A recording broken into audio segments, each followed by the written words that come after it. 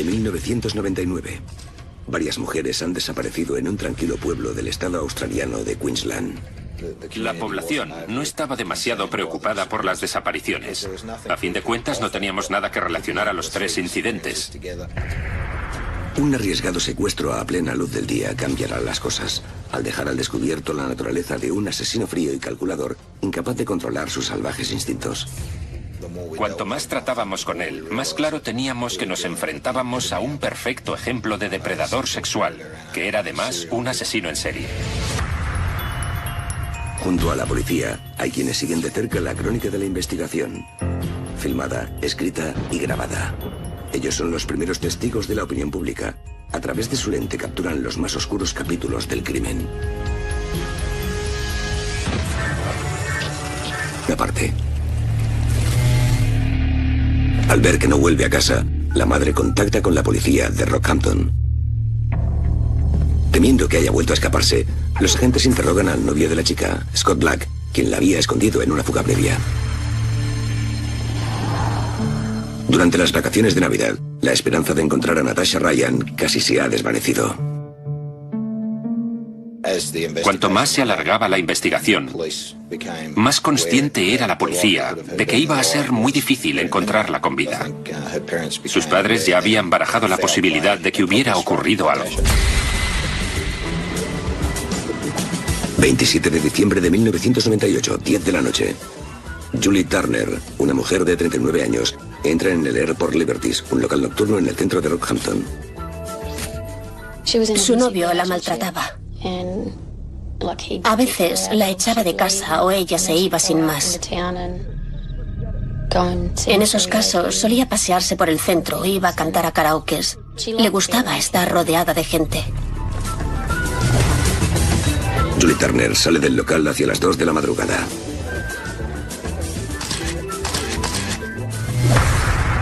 Unos días más tarde, su hija Kylie recibe una llamada inesperada del novio de su madre, Michael McConaughey.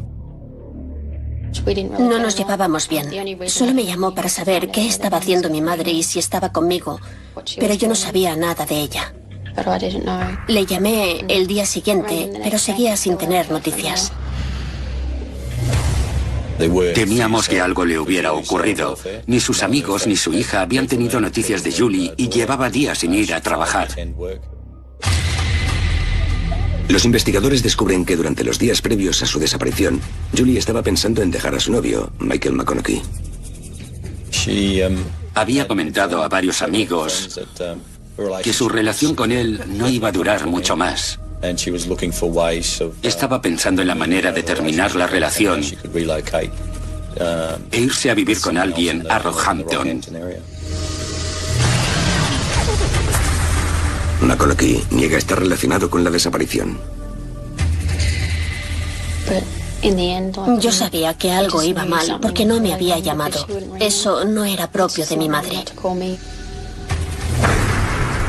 A finales de febrero de 1999, Julie Turner lleva 2 meses desaparecida. Natasha Ryan, medio año.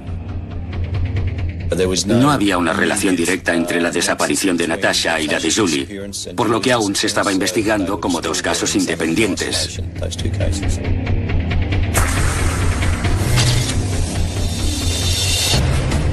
...2 de marzo de 1999.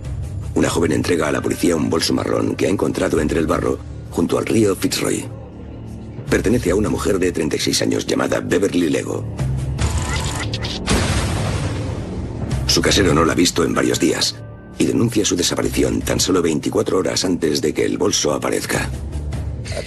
En aquella época, Beverly vivía en Mount Morgan, un pueblo de clase baja, en las afueras de Rockhampton. Teníamos pruebas de que había consumido sustancias ilegales poco antes de su desaparición. Los padres de Beverly están convencidos de que algo terrible le ha pasado a su hija. Creen que el culpable es Richard Grit, un antiguo exconvicto y maltratador que mantenía una relación con su hija. Grit admite que su relación con Beverly era turbulenta, pero declara no haberla visto en las 5 semanas desde su ruptura. Mientras la búsqueda continúa, la policía comienza a plantearse la posibilidad de que las 3 desapariciones estén relacionadas.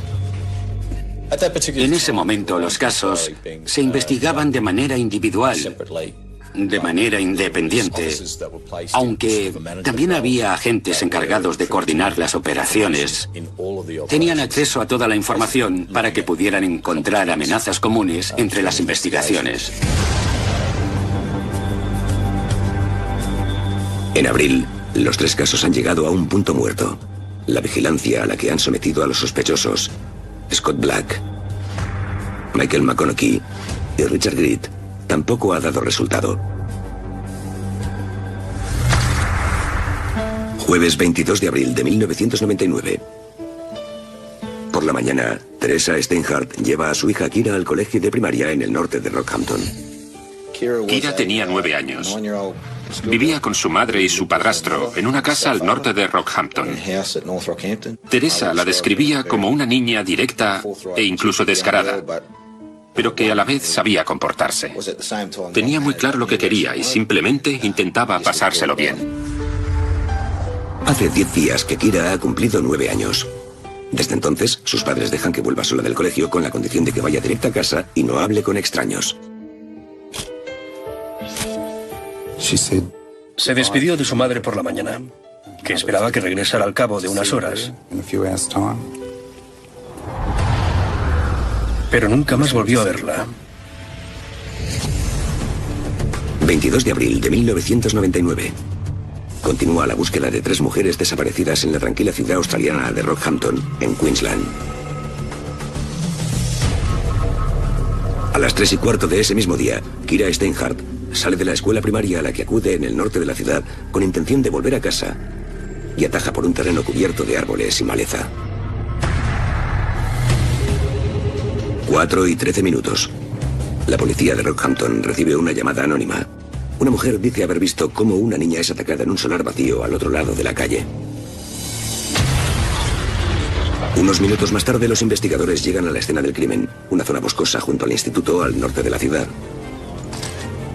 La mujer explica a los policías que ella y su familia han presenciado la agresión desde el otro lado de la calle, en el porche de su casa.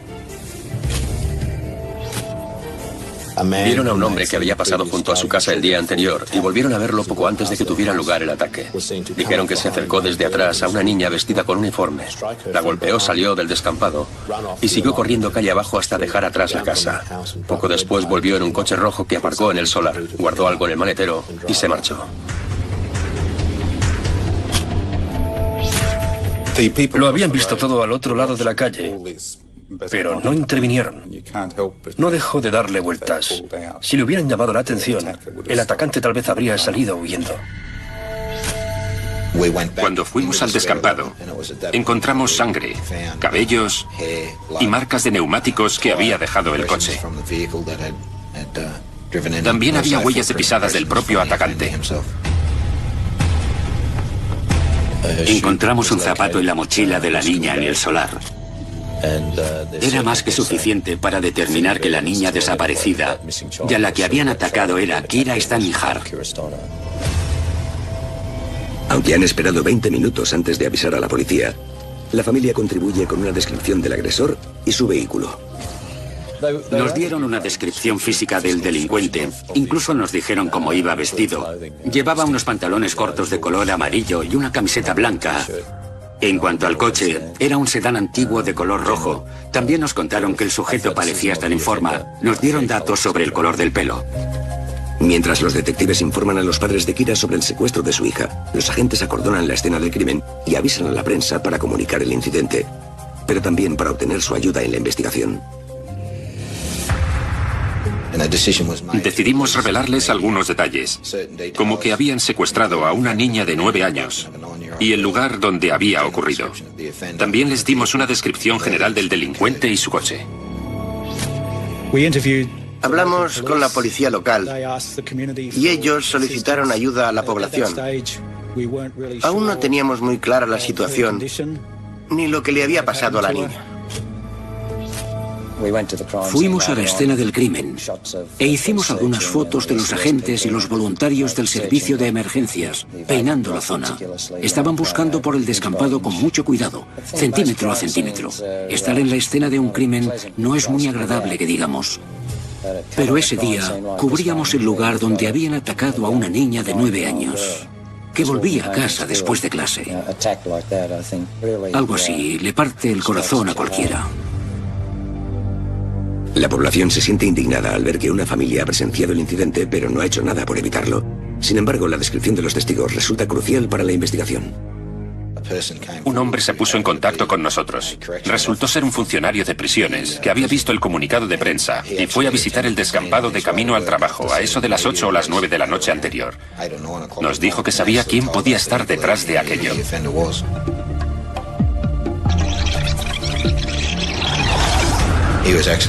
Fue a recoger a su hijo al colegio por esa misma calle y recordaba haber visto a un hombre que había cumplido condena por violación. Su ropa coincidía con la descripción que nos dio la familia, testigo del incidente. El testigo también da un nombre a la policía: Leonard John Fraser.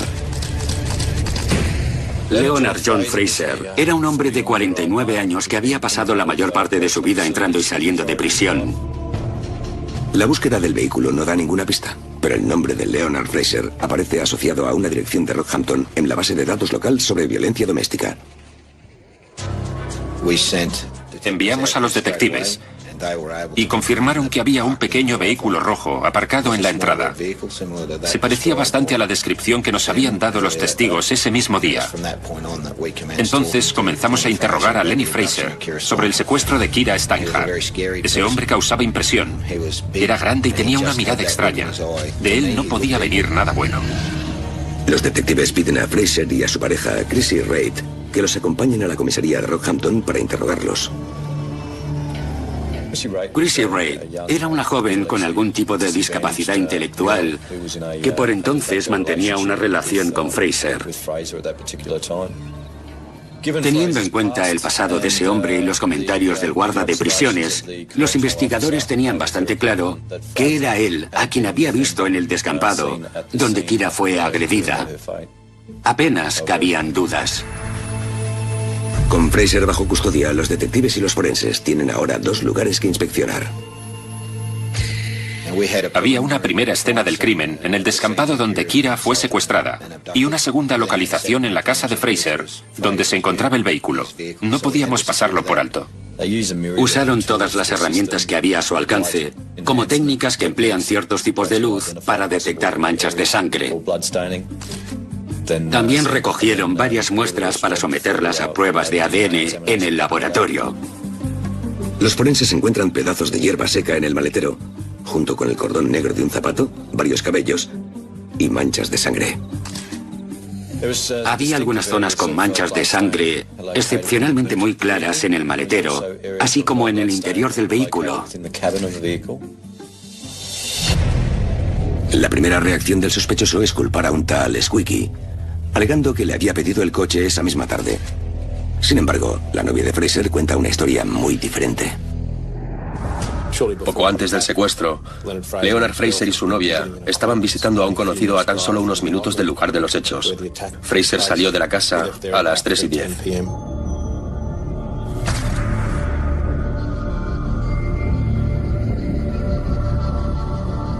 Fraser regresa 2 horas más tarde y se ha cambiado los pantalones amarillos y la camiseta blanca que ha llevado los últimos días.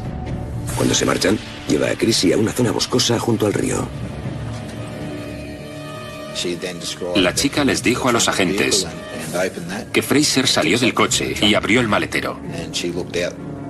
De allí sacó lo que a Chrissy le pareció una gran muñeca rubia, vestida con una falda verde y una camisa amarilla. La descripción coincidía con la ropa que Kira había llevado al colegio esa misma mañana.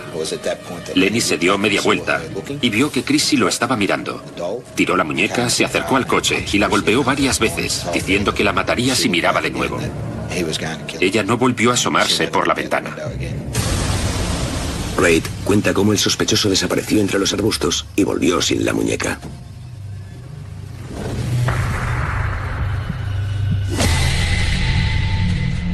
23 de agosto de 1999. Un día después de la desaparición de Kira Steinhardt, Leonard Fraser es oficialmente acusado de secuestro. Ese mismo día, dos obreros recorren los pasillos del Hotel Queensland, en el centro de la ciudad. El que fuera un antiguo símbolo de Rockhampton va a ser demolido y entran en el edificio para estudiar los costes del proyecto. Era frecuente encontrar a vagabundos y gente sin hogar en el Hotel Queensland. En ese momento, el hotel se encuentra desierto. Sin embargo, al entrar en una de las habitaciones en ruinas, los obreros descubren que alguien más ha estado allí y ha cometido un asesinato. 23 de abril de 1999. 3 mujeres y una niña han desaparecido en la ciudad australiana de Rockhampton, en el estado de Queensland.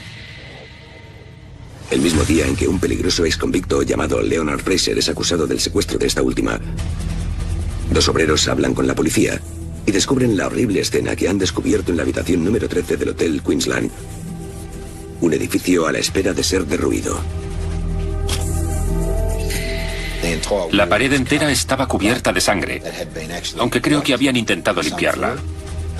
Había salpicaduras en el techo y las paredes, y una gran mancha de sangre en la alfombra, al pie de la pared más afectada.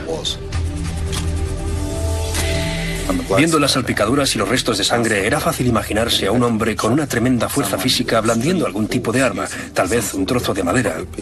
Al oscilar hacia atrás, había dejado rastros de sangre por toda la habitación. Fue una agresión muy violenta. Hay un rastro de sangre que lleva a la habitación contigua y sigue hacia el primer piso, escaleras abajo. En los baños del hotel también se encontraron pruebas de una pérdida masiva de sangre. Hace falta algo de tiempo para procesar las muestras de ADN, así que en un principio desconocíamos a quién pertenecía toda la sangre que había en la escena del crimen. En un intento por situar a la víctima en la escena del crimen, la policía se plantea que Fraser asesinara a Kira Steinhardt en el hotel.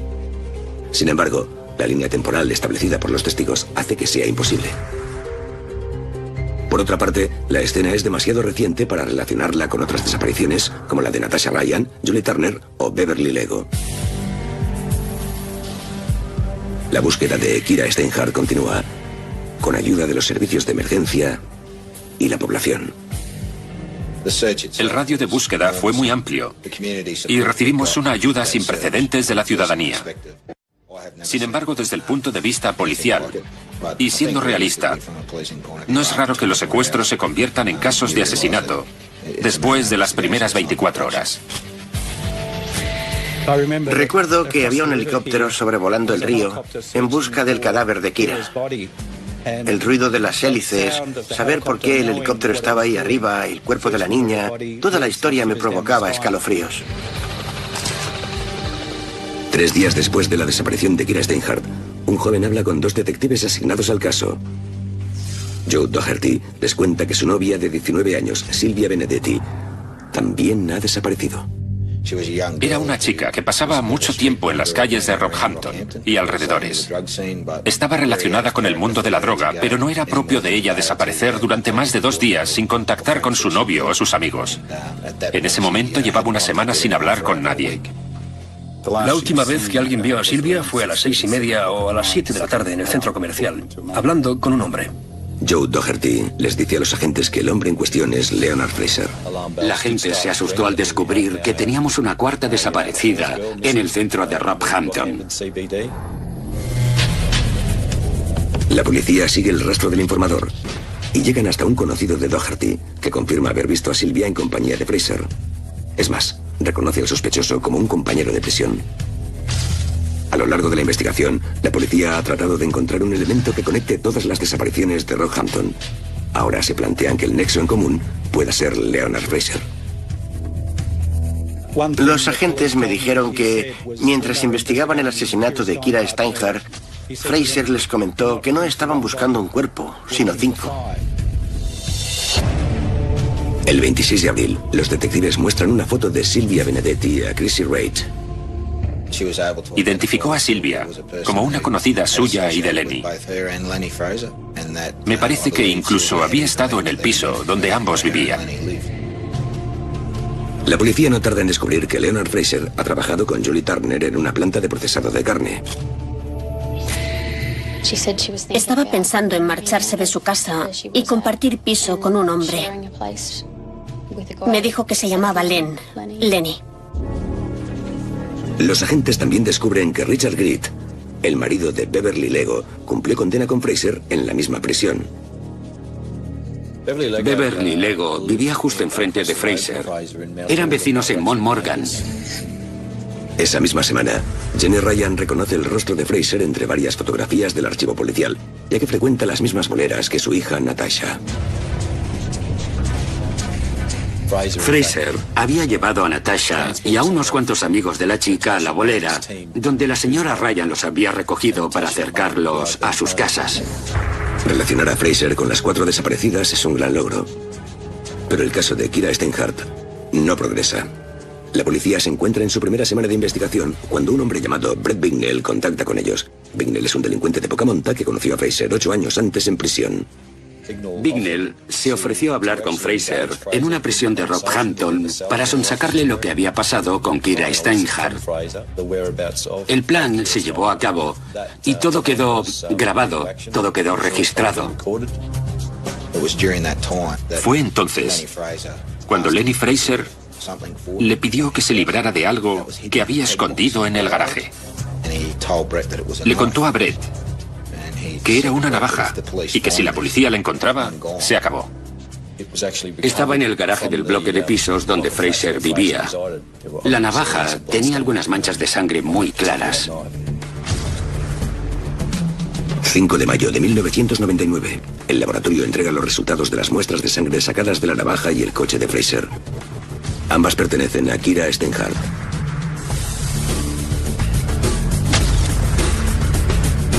Un podólogo examina los moldes de escayola extraídos de las pisadas del solar vacío y confirma que pertenecen a Leonard Fraser.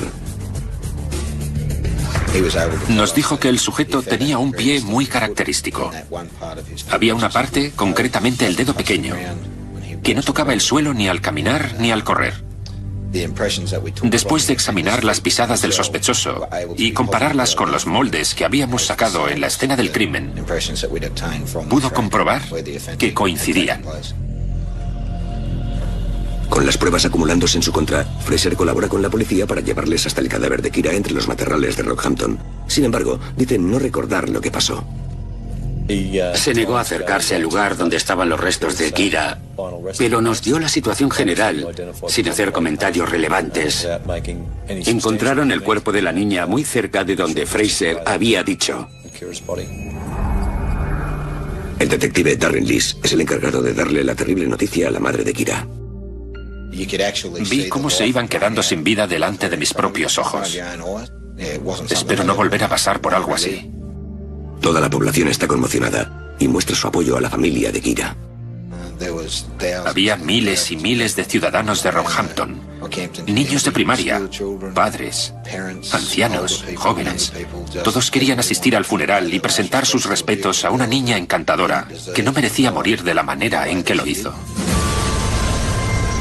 7 de mayo de 1999. Además del secuestro, Leonard John Fraser también deberá enfrentarse a un cargo de asesinato. 2 semanas más tarde, los forenses confirman que la sangre sin identificar encontrada en el coche y el Hotel Queensland coincide con las muestras tomadas de prendas de Silvia Benedetti.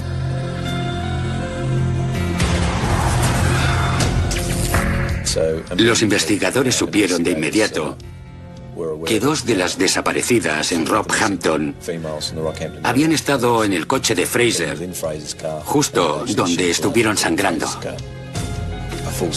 Se realizó una búsqueda exhaustiva por todo el hotel, hasta encontrar varias prendas de Silvia Benedetti en un viejo congelador lleno de agua sucia. En ese momento, todo el mundo pensó que quizás se tratara de un asesino en serie, culpable de la desaparición y la muerte de todas esas mujeres. Quizá es la palabra clave, puesto que sin los cadáveres es imposible asegurar que Fraser haya matado a nadie. Sin escena del crimen y sin cadáver, es muy difícil que un caso de desaparición levante sospechas. Siempre quedará la duda de si la víctima simplemente ha desaparecido o la han asesinado.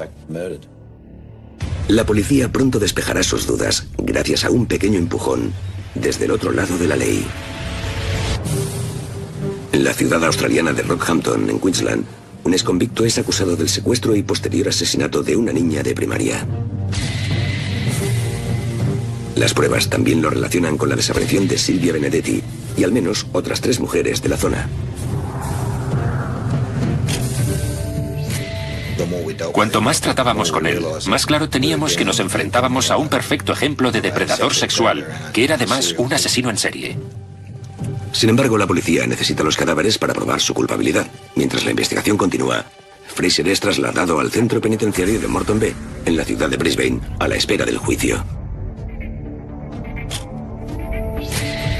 El penal de Moreton Bay era una prisión que albergaba en su mayoría a pederastas y algunos convictos que habían colaborado aportando pruebas para la corona.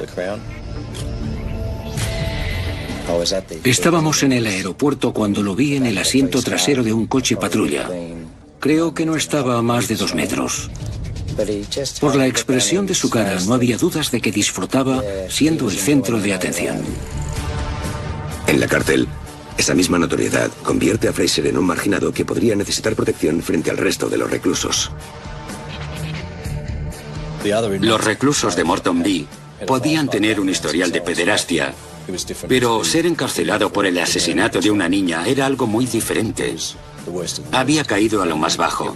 Estando encerrado, se encontró con Alan John Quinn, un expresidiario del estado de New South Wales. Alan Quinn es un artista de la estafa que permanece alejado del resto de los presos tras aportar pruebas en un caso de asesinato en Sydney. Alan Quinn y Fraser habían coincidido por un tiempo en varias prisiones de Sydney, sobre todo en la de Parramatta. Fraser se acercó a él. Lo hizo con la intención de tener un aliado y le recordó sus transacciones en Parramatta. El 16 de julio de 1999, Alan Quinn se pone en contacto con John O'Keefe, un detective del Departamento de Investigación de Brisbane. Había acusado a Quinn de varios casos de fraude y ahora ese mismo hombre le informaba de que Fraser estaba hablando de asesinatos que había cometido en las regiones de Rockhampton y Yeppoon. Quinn había quedado muy afectado por el asesinato de Kira Steinhardt y me dijo que quería devolverle algo a la comunidad. Fraser empezó a confesar ciertas cosas delante de Alan, que por entonces ya se había ofrecido a grabar las conversaciones con él durante un tiempo. En el transcurso de los 4 meses siguientes, Quinn entrega a la policía un registro detallado de sus conversaciones con Fraser. Gracias a Quinn, conseguimos muchos detalles sobre las escenas del crimen y el modo en que se habían desarrollado los acontecimientos, sobre todo en la habitación número 13. Desde el principio tuve claro que estaba hablando con el culpable o alguien que había desempeñado un papel importante en los crímenes, al menos en la muerte de Benedetti. En noviembre de 1999, Fraser es oficialmente acusado del asesinato de Silvia Benedetti, gracias a los restos de sangre hallados en su coche y las pruebas que Alan Quinn ha facilitado en secreto. El 7 de septiembre de 2000, el jurado declara a Leonard Fraser culpable del asesinato de Kira Steinhardt, una niña de 9 años. No parecía demasiado afectado por el veredicto, ni tampoco por el dolor y el sufrimiento que había causado a los padres de Kira, a su hermano y a toda la comunidad de Rockhampton en general. Además de la cadena perpetua, pedí que siguiera entre rejas durante un periodo indefinido.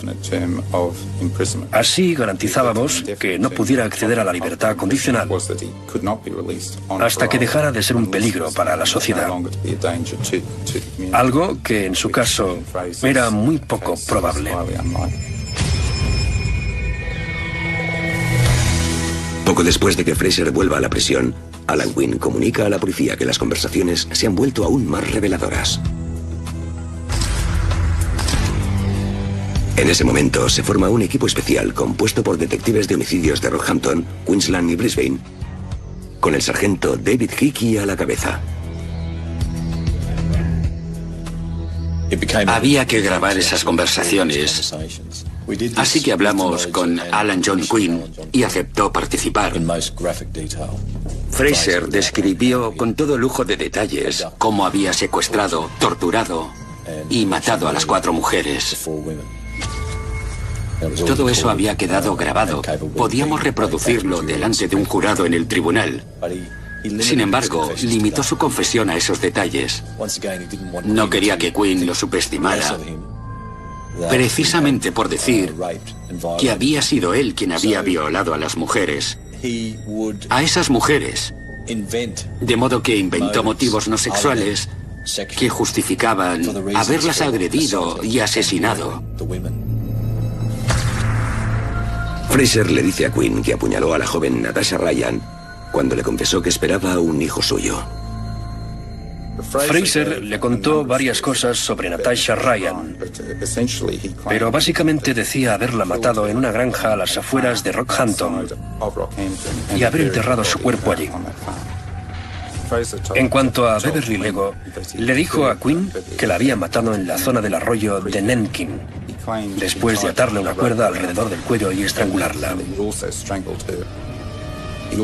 Acto seguido, lanzó su bolso al río Fitzroy para despistar a la policía. Como más tarde le explicaría a Quinn, a Julie Turner la asesinó mientras estaban en el coche. Le golpeó en la cara y murió por el impacto.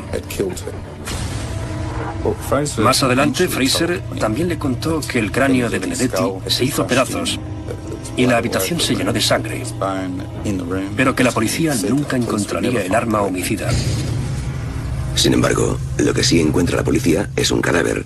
A finales de noviembre de 2000, unos surfistas descubren los restos óseos de una mujer mientras caminan hacia una playa cerca de Rockhampton. Los fragmentos dentales y las pruebas de ADN identifican los restos como pertenecientes a Silvia Benedetti, una joven de 19 años. Fraser había empezado a hablar con Quinn porque pensaba que aquello lo beneficiaría. Quería convencer a las autoridades de que padecía un trastorno mental. En lugar de pasar su vida en la cárcel, prefería hacerlo en un hospital psiquiátrico. En rasgos generales, Quinn le dijo que si los llevaba hasta los cuerpos, podrían aceptar su petición. 21 de diciembre de 2000. El asesino convicto, Leonard Fraser, guía a un grupo de detectives a través de los terrenos de Rockhampton. Quinn me dijo que Fraser estaba dispuesto a venir conmigo a Rockhampton para enseñarme dónde estaban los cuerpos. El primer lugar al que nos llevó fue el arroyo de Nankin. En ese momento, aún no nos había dicho que encontraríamos un cuerpo. Solo nos había dicho que encontraríamos algo interesante. Algo interesante nos esperaba en esos lugares. Y así fue. Ahí estaban los restos óseos de Beverly Lego. Después avanzamos en dirección al municipio de Yeppoon. A continuación, caminamos varios cientos de metros en una zona muy poblada de árboles, donde también encontramos los restos de Julie Turner. Fraser lleva a la policía hasta el lugar donde encontraron los restos de Silvia Benedetti algunas semanas antes. Sin embargo, el paseo acaba aquí. Fraser es incapaz de revelar dónde se encuentra el cadáver de la joven Natasha Ryan, o tal vez prefiere no hacerlo. En mi opinión, estaba encantado de revelarnos el paradero de sus víctimas adultas. Pero volví a sentirse incómodo con el hecho de que lo relacionaran con el asesinato de otra niña. No obstante, la policía tiene pruebas que vinculan a Fraser con Natasha. Él mismo ha reconocido que Natasha le había dicho que estaba embarazada. Un detalle que la policía nunca ha revelado. También había otras pruebas, como piezas de joyería que la policía había encontrado en manos de Chrissy Reid. La madre de Natasha había reconocido algunas de ellas como pertenecientes a su hija. Los detectives también tienen varias grabaciones que vinculan a Fraser con el resto de las víctimas, donde da ciertos datos que solo el asesino podría saber. Entre las confesiones se encuentran referencias a la cartera de velcro que Julie llevaba consigo en lugar de un bolso y el tirante roto del bolso de Beverly Lego cuando lo tiró al río Fitzroy.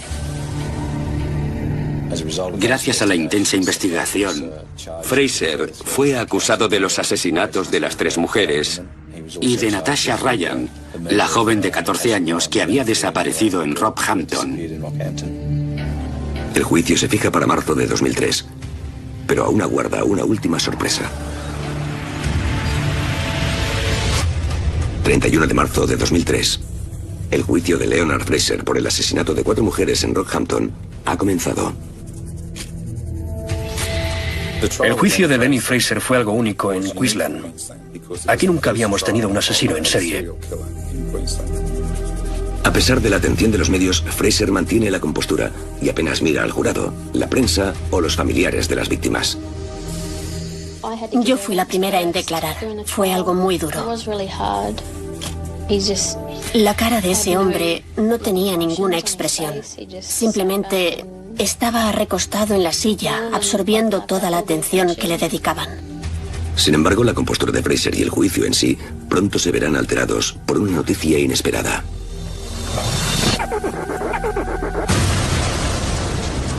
...10 de abril de 2003...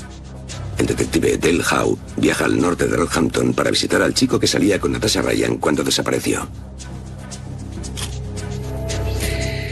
Lo habían citado para declarar en el juicio de Lenny Fraser. Una vez dentro, la policía comienza a inspeccionar la vivienda.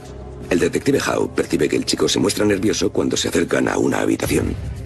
En ese momento, Dale abrió el armario de un dormitorio y Natasha apareció dentro. Estaba sana y salva. Hablamos con Paul por teléfono y le contamos lo que había pasado. Por supuesto, se quedó de piedra. Todo el mundo quería comprobar que efectivamente era Natasha, porque habían pasado unos cuantos años desde que alguien la vio por última vez. Natasha asegura a la policía que ha sido decisión suya seguir escondida durante ese tiempo. Su novio, Scott Black, le ha ayudado a conseguirlo. La sala de audiencias estaba a rebosar cuando le dije al tribunal: me complace decir que Leonard John Fraser no es culpable del asesinato de Natasha Ryan. La chica está viva. Fraser se vino abajo, conmocionado, totalmente abatido. Creo que aquella fue su mayor muestra de emoción durante todo el juicio. La defensa sigue una estrategia inaudita y cita a Natasha Ryan a testificar. Una vez en el estrado, la joven niega conocer a Leonard Fraser, a pesar de los testigos que declaran lo contrario. Aquello cambió el juicio por completo. Hasta entonces, el juicio se había basado en las confesiones que Fraser le había hecho a Quinn. Ahora ninguna de esas afirmaciones era segura, puesto que había reconocido matar a Natasha y la chica seguía viva. Sin embargo, había cosas que seguían siendo igual de fiables. En sus conversaciones con Quinn, Fraser había demostrado saber cosas que solo el asesino podía conocer. El 9 de mayo de 2003, el jurado llega a un veredicto, tras un único día de deliberaciones. Un jurado de 12 personas declaró a Fraser culpable del asesinato de Sylvia Benedetti y de Beverly Lego. También lo declaró culpable por el homicidio, por la muerte de Julie Turner. Un mes más tarde, Leonard Fraser es condenado a otras 3 cadenas perpetuas sin derecho a solicitar la libertad condicional. Por primera vez en la historia de Queensland, alguien era condenado a cadena perpetua sin opciones de libertad condicional por un cargo de homicidio. La cadena perpetua de Leonard Fraser llega a su fin de manera repentina en menos de 4 años, el 1 de enero de 2007. Murió de un ataque al corazón en el Hospital Princesa Alexandra, en la ciudad de Brisbane. Me parece que el ataque lo tuvo el 26, pero siguió ahí hasta que murió. No me lo creía. Me pasé en shock el día entero. A veces me da la impresión de que fue demasiado fácil para él. No tuvo que sentarse día tras día pensando en lo que había hecho. Creo que he desaprovechado los primeros años de mis hijos por tener que enfrentarme a esto. Solo espero que cuando crezcan entiendan que tenía que hacerlo. No creo que una familia pueda superar algo así. Sobre todo por la brutalidad de los crímenes. Sé que los padres de Kira se han separado y que Rockhampton ha cambiado de manera drástica desde los incidentes. Natasha Ryan y Scott Black deben pagar una multa por prolongar una investigación innecesaria. Black también deberá cumplir una condena de 12 meses por perjurio. Así es como el terrible legado de Leonard Fraser continúa vivo después de su muerte. Fraser era el perfecto ejemplo de psicópata. Solo había que mirarlo para saber que era un hombre violento. Estoy seguro de que habría seguido matando y matando.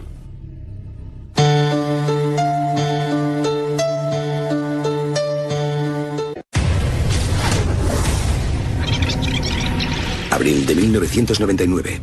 Varias mujeres han desaparecido en un tranquilo pueblo del estado australiano de Queensland. La población no estaba demasiado preocupada por las desapariciones. A fin de cuentas, no teníamos nada que relacionar a los tres incidentes. Un arriesgado secuestro a plena luz del día cambiará las cosas, al dejar al descubierto la naturaleza de un asesino frío y calculador, incapaz de controlar sus salvajes instintos. Cuanto más tratábamos con él, más claro teníamos que nos enfrentábamos a un perfecto ejemplo de depredador sexual, que era además un asesino en serie. Junto a la policía, hay quienes siguen de cerca la crónica de la investigación. Filmada, escrita y grabada. Ellos son los primeros testigos de la opinión pública. A través de su lente capturan los más oscuros capítulos del crimen.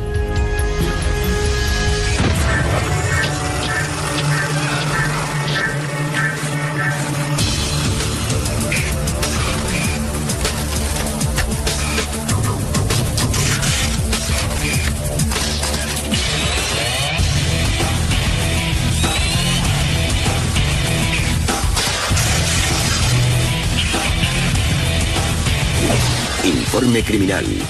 El violador de Rockhampton.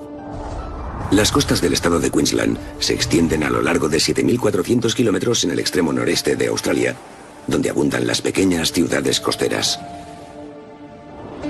Rockhampton es una de tantas poblaciones, una ciudad de clase obrera situada a 40 kilómetros de la costa junto al río Fitzroy. A finales de los 90, Rockhampton era una ciudad con unos 60.000 habitantes. Un lugar tranquilo. Era una de esas ciudades donde los niños iban en bicicleta al colegio. Sus padres los acompañaban a los partidos y nadie se paraba a pensar si había algún peligro. 31 de agosto de 1998. En el norte de la ciudad, Jenny Ryan acompaña al instituto a su hija Natasha, de 14 años. Teníamos pruebas de que Natasha había consumido drogas en alguna ocasión y no estaba a gusto en el colegio. En ese sentido, era una adolescente problemática. Cuando Jenny Ryan va a recoger a su hija después de clase, yo sabía que algo iba mal porque no me había llamado. Eso no era propio de mi madre. A finales de febrero de 1999, Julie Turner lleva 2 meses desaparecida. Natasha Ryan, medio año. No había una relación directa entre la desaparición de Natasha y la de Julie, por lo que aún se estaba investigando como 2 casos independientes.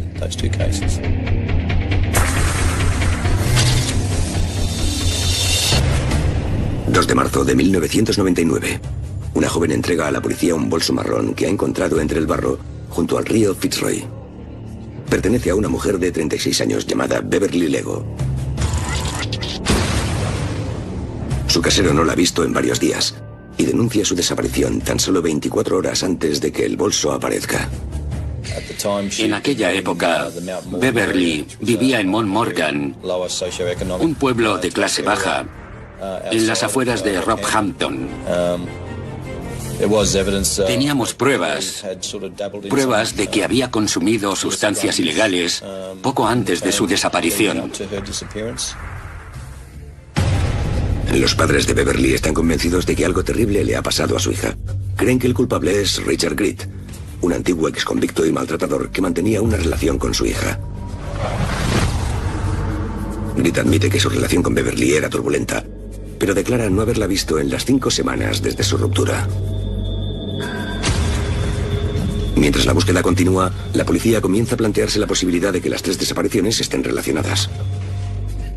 En ese momento, los casos se investigaban de manera individual, de manera independiente, aunque también había agentes encargados de coordinar las operaciones. Tenían acceso a toda la información para que pudieran encontrar amenazas comunes entre las investigaciones. En abril, los 3 casos han llegado a un punto muerto. La vigilancia a la que han sometido a los sospechosos: Scott Black, Michael McConaughey y Richard Gere tampoco ha dado resultado. Natasha no aparece por ninguna parte. Al ver que no vuelve a casa, la madre contacta con la policía de Rockhampton. Temiendo que haya vuelto a escaparse, los agentes interrogan al novio de la chica, Scott Black, quien la había escondido en una fuga previa. Durante las vacaciones de Navidad, la esperanza de encontrar a Natasha Ryan casi se ha desvanecido. Cuanto más se alargaba la investigación, más consciente era la policía de que iba a ser muy difícil encontrarla con vida. Sus padres ya habían barajado la posibilidad de que hubiera ocurrido algo. 27 de diciembre de 1998, 10 de la noche. Julie Turner, una mujer de 39 años, entra en el Airport Liberties, un local nocturno en el centro de Rockhampton. Su novio la maltrataba. A veces la echaba de casa o ella se iba sin más. En esos casos solía pasearse por el centro, iba a cantar a karaokes. Le gustaba estar rodeada de gente. Julie Turner sale del local hacia las 2 de la madrugada.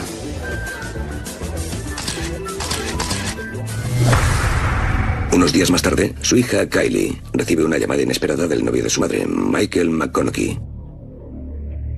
No nos llevábamos bien. Solo me llamó para saber qué estaba haciendo mi madre y si estaba conmigo, pero yo no sabía nada de ella. Le llamé el día siguiente, pero seguía sin tener noticias. Temíamos que algo le hubiera ocurrido. Ni sus amigos ni su hija habían tenido noticias de Julie y llevaba días sin ir a trabajar.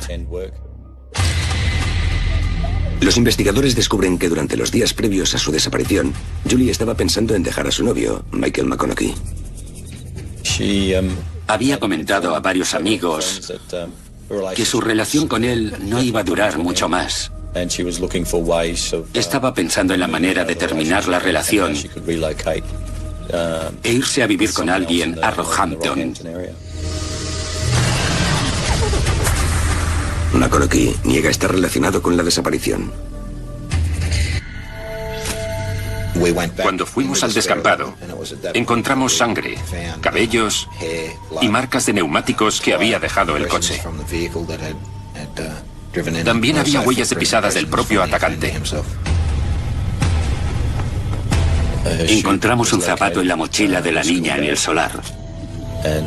Era más que suficiente para determinar que la niña desaparecida y a la que habían atacado era Kira Stanihar. Aunque han esperado 20 minutos antes de avisar a la policía, la familia contribuye con una descripción del agresor y su vehículo. Nos dieron una descripción física del delincuente. Incluso nos dijeron cómo iba vestido. Llevaba unos pantalones cortos de color amarillo y una camiseta blanca. En cuanto al coche, era un sedán antiguo de color rojo. También nos contaron que el sujeto parecía estar en forma. Nos dieron datos sobre el color del pelo.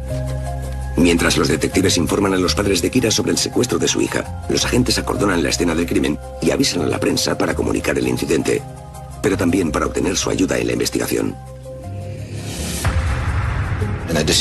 Decidimos revelarles algunos detalles, como que habían secuestrado a una niña de 9 años y el lugar donde había ocurrido. También les dimos una descripción general del delincuente y su coche. Hablamos con la policía local y ellos solicitaron ayuda a la población. Aún no teníamos muy clara la situación ni lo que le había pasado a la niña. Fuimos a la escena del crimen e hicimos algunas fotos de los agentes y los voluntarios del servicio de emergencias, peinando la zona. Estaban buscando por el descampado con mucho cuidado, centímetro a centímetro. Estar en la escena de un crimen no es muy agradable, que digamos. Pero ese día cubríamos el lugar donde habían atacado a una niña de 9 años, que volvía a casa después de clase. Algo así le parte el corazón a cualquiera. La población se siente indignada al ver que una familia ha presenciado el incidente, pero no ha hecho nada por evitarlo. Sin embargo, la descripción de los testigos resulta crucial para la investigación. Un hombre se puso en contacto con nosotros. Resultó ser un funcionario de prisiones que había visto el comunicado de prensa. Jueves 22 de abril de 1999. Por la mañana, Teresa Steinhardt lleva a su hija Kira al colegio de primaria en el norte de Rockhampton. Kira tenía 9 años. Vivía con su madre y su padrastro en una casa al norte de Rockhampton. Teresa la describía como una niña directa e incluso descarada, pero que a la vez sabía comportarse. Tenía muy claro lo que quería y simplemente intentaba pasárselo bien. Hace 10 días que Kira ha cumplido 9 años. Desde entonces, sus padres dejan que vuelva sola del colegio con la condición de que vaya directa a casa y no hable con extraños. Se despidió de su madre por la mañana, que esperaba que regresara al cabo de unas horas. Pero nunca más volvió a verla. 22 de abril de 1999. Continúa la búsqueda de 3 mujeres desaparecidas en la tranquila ciudad australiana de Rockhampton, en Queensland. A las 3:15 de ese mismo día, Kira Steinhardt sale de la escuela primaria a la que acude en el norte de la ciudad con intención de volver a casa y ataja por un terreno cubierto de árboles y maleza.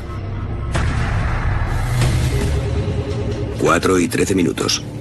La policía de Rockhampton recibe una llamada anónima. Una mujer dice haber visto cómo una niña es atacada en un solar vacío al otro lado de la calle. Unos minutos más tarde, los investigadores llegan a la escena del crimen, una zona boscosa junto al instituto al norte de la ciudad. La mujer explica a los policías que ella y su familia han presenciado la agresión desde el otro lado de la calle, en el porche de su casa. Vieron a un hombre que había pasado junto a su casa el día anterior y volvieron a verlo poco antes de que tuviera lugar el ataque. Dijeron que se acercó desde atrás a una niña vestida con uniforme. La golpeó, salió del descampado y siguió corriendo calle abajo hasta dejar atrás la casa. Poco después volvió en un coche rojo que aparcó en el solar, guardó algo en el maletero y se marchó. Lo habían visto todo al otro lado de la calle, pero no intervinieron. No dejó de darle vueltas. Si le hubieran llamado la atención, el atacante tal vez habría salido huyendo.